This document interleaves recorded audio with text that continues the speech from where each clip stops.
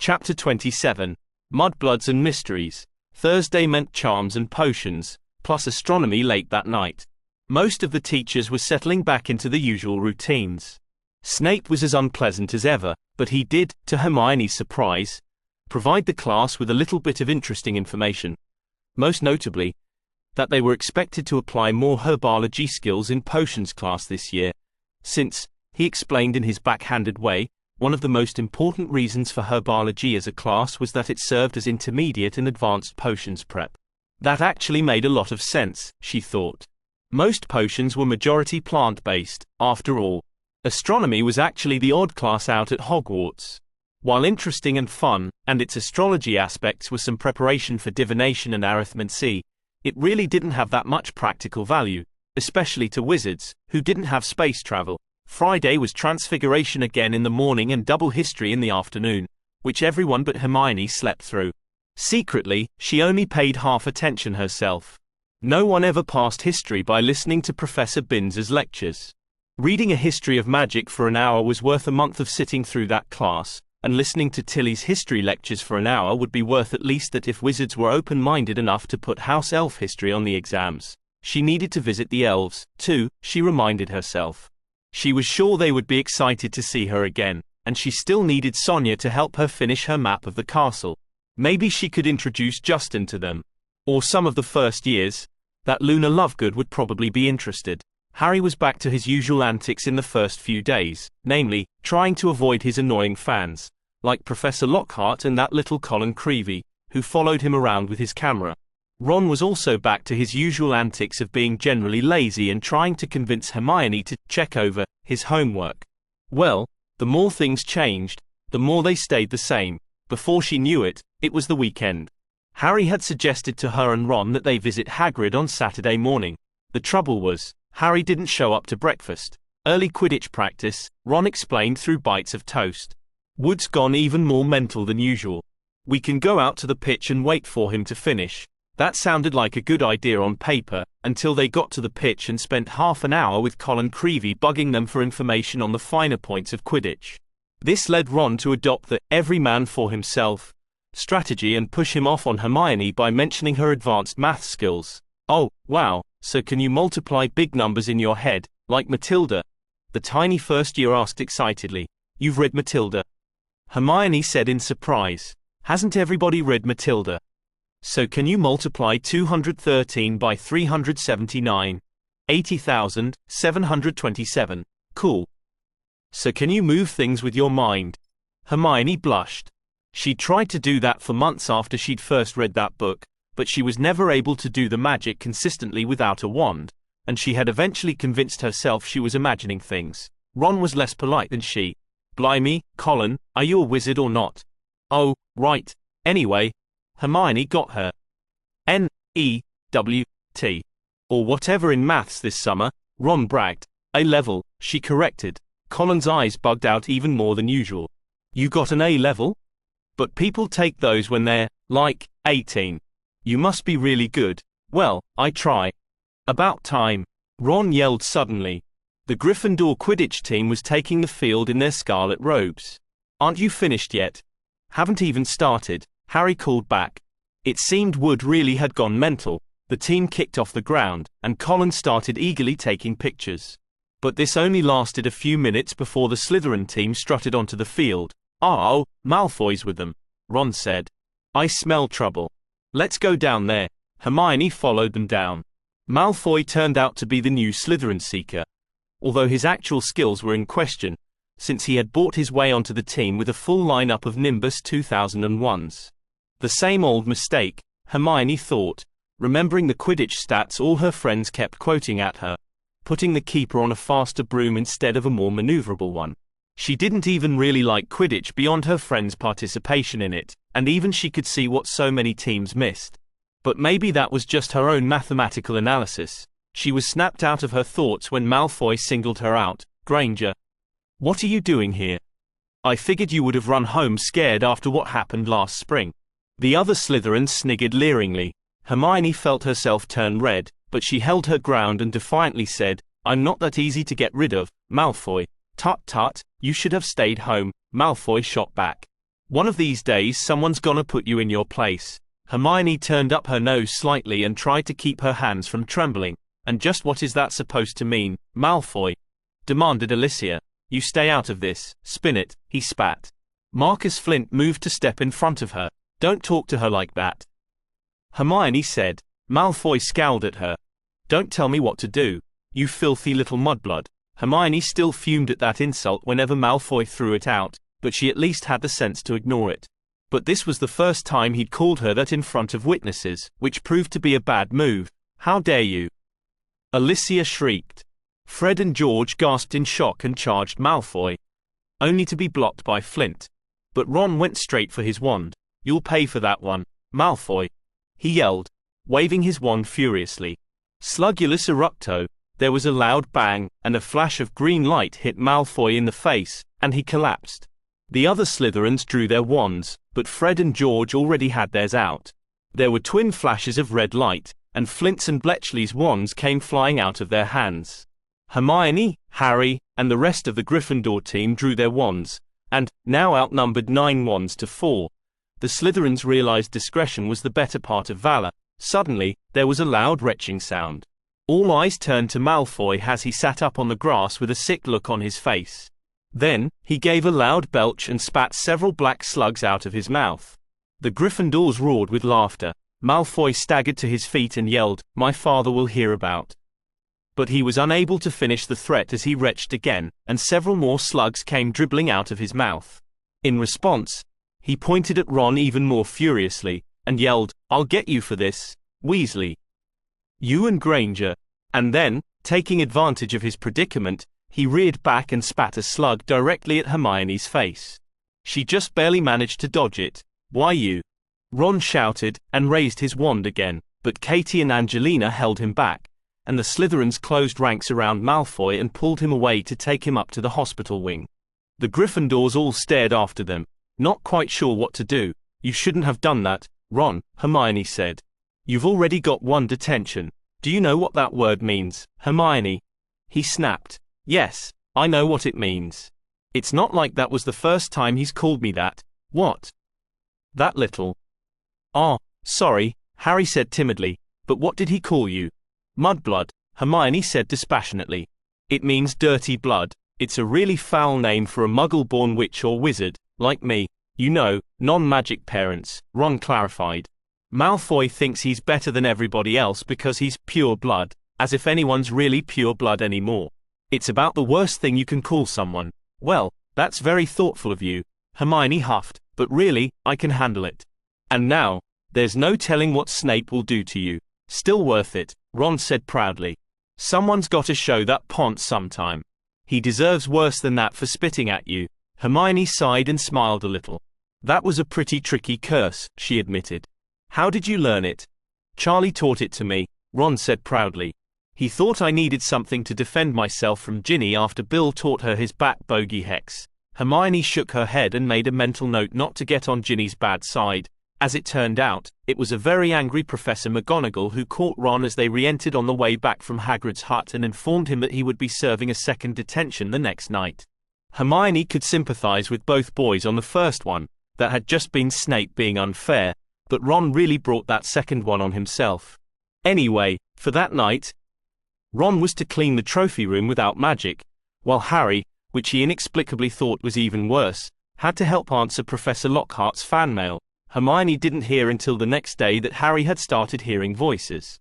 Well, so much for a normal year, she thought. After their late nights, Harry and Ron were both having a lie-in, and Hermione didn't think she was quite ready to bring anyone else on her little excursions, so she tucked her papers containing her map of the castle into her robes and proceeded to the Great Hall alone.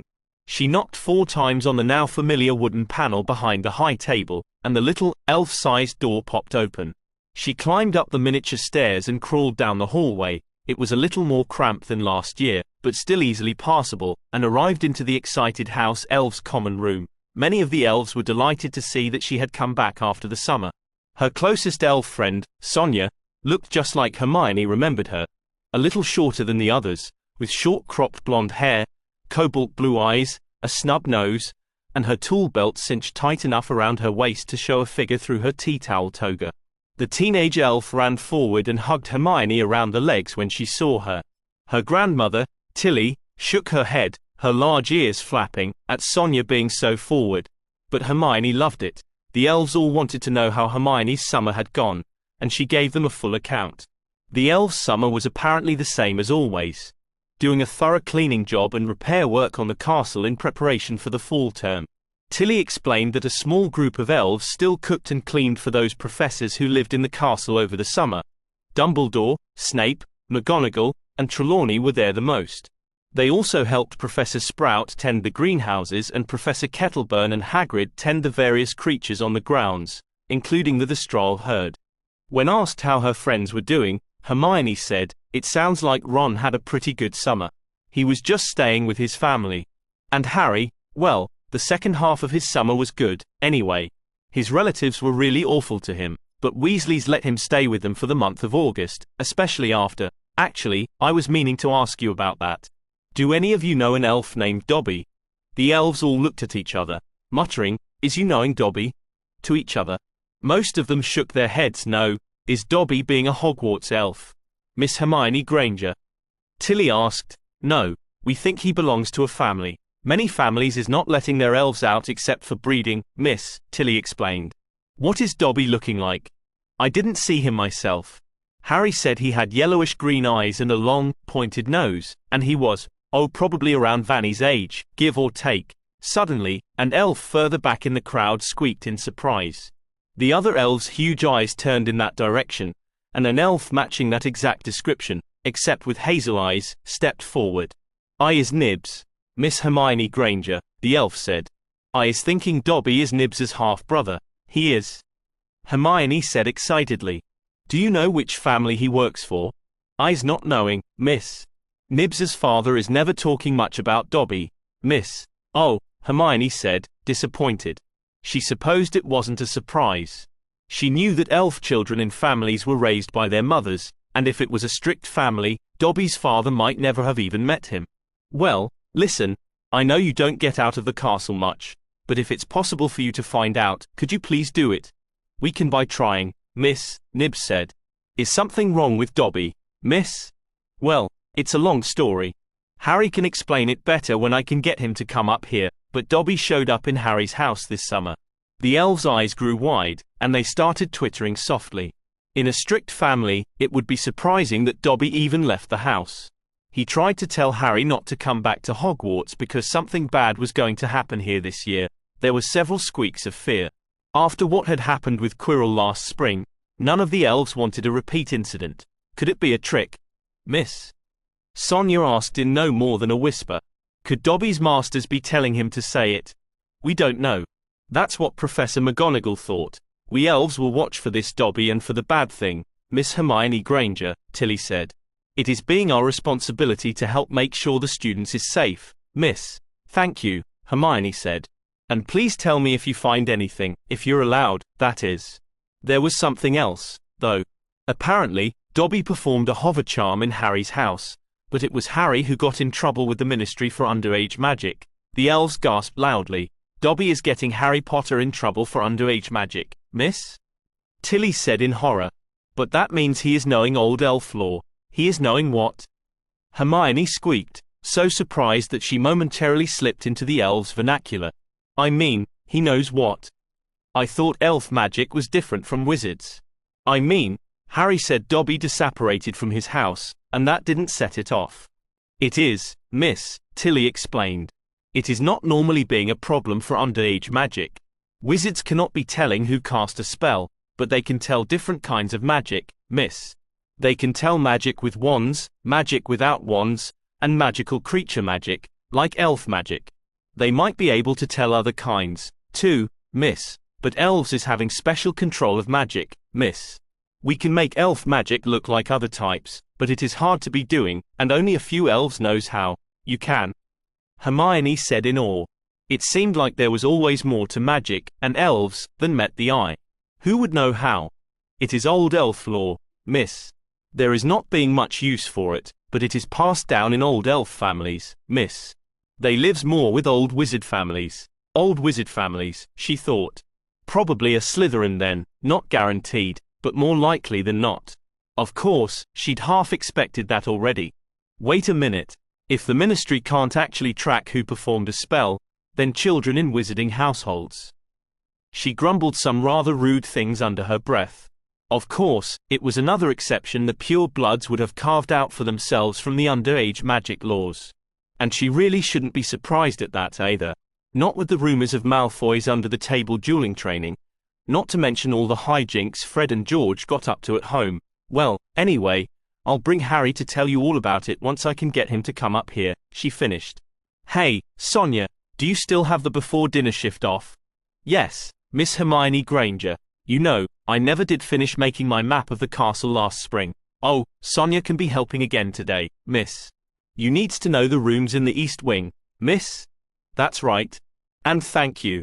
Could you meet me at the covered bridge to the East Wing at 3 o'clock? It is being a deal. Miss Hermione Granger, Sonia said.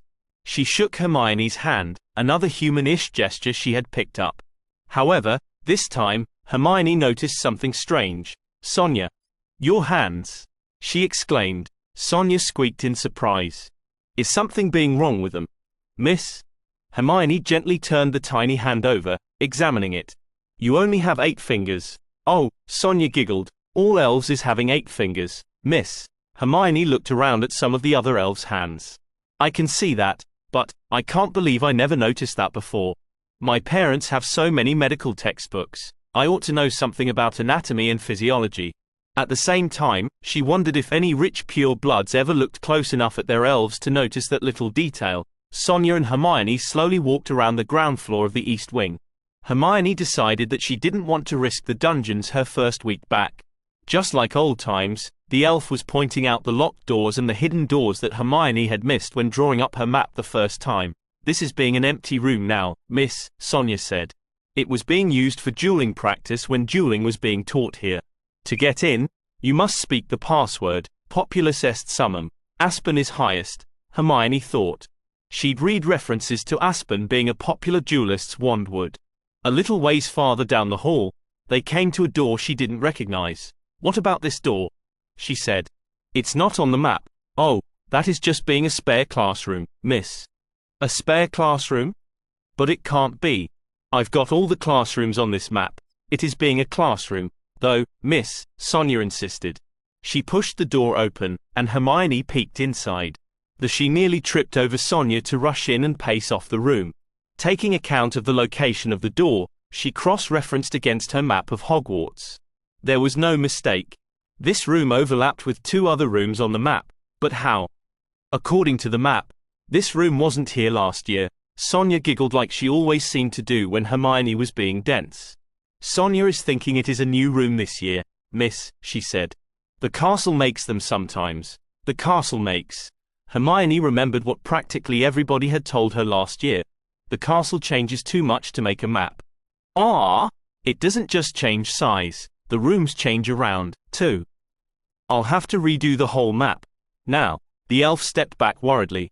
Sonia is sorry, Miss Hermione Granger. The castle is very magical and changes a little every year. It's not your fault, Sonia, Hermione replied wearily. I was just hoping I could have a reliable reference. At that, Hermione backtracked and paced off the adjacent rooms, the ones with which the new classroom was supposed to be overlapping. Both of these classrooms were much smaller than before, and she wondered if they would get squeezed out by some other change in the castle, especially since they were much less useful at that size. So if the classrooms change every so often, why hasn't that old dueling room disappeared in the past century? She asked. Sonia is not knowing why, miss. It might be that a powerful wizard put enchantments on it to make it stay. Or maybe the castle is wanting to keep it. The castle wanting to keep it. Well, Hogwarts, a history did talk about the castle having a mind of its own.